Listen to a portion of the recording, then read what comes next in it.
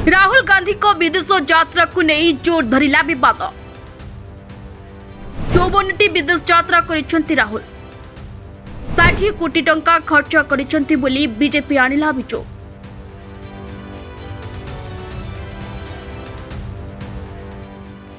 विरोधी दल नेता राहुल गांधी को घोषित आय और तांकर व्यापक विदेश यात्रा खर्च मध्य एक बड़ आर्थिक असंगति को नहीं बीजेपी प्रश्न उठाई। प्रधानमंत्री नरेंद्र मोदी को प्रस्तावित विदेश गस्त को कांग्रेस समालोचना करने पर यह विवाद आहरी तीव्र हो जाए। बीजेपी सांसद तथा दलर जातीय मुखपात्र संबित पात्र यह प्रसंग में राहुल को काठगड़ा को टाणी। जड़े निर्वाचित प्रतिनिधि भाव में 22 वर्षर कार्यकलाप मध्य राहुल गांधी अति कम 54टी विदेश यात्रा करिसेंती।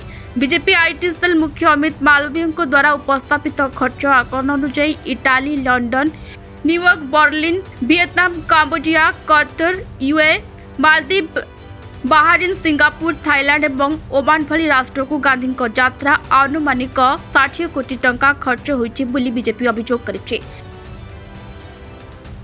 निर्वाचन सत्यपाठ अनुसार राहुल को समुदाय घोषित आय मात्र 11 कोटी टंका।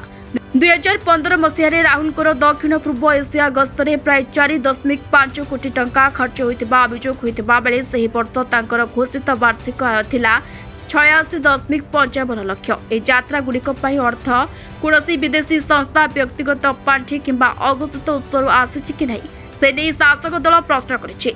ए बाबद यात्रा अनुमति, आर्थिक हिसाब और टिकस दाखल संबंधी एक स्पष्ट दलील बीजेपी दाबी करिछि।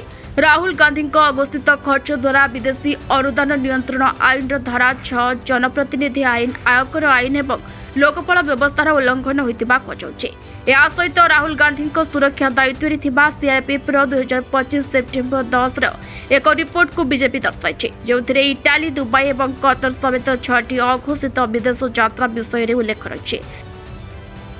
यह व्यतीत 2026 मे मासरे ओमान को होइतिबा एक अघोषित यात्रा विषय में बीजेपी प्रश्न उठाई।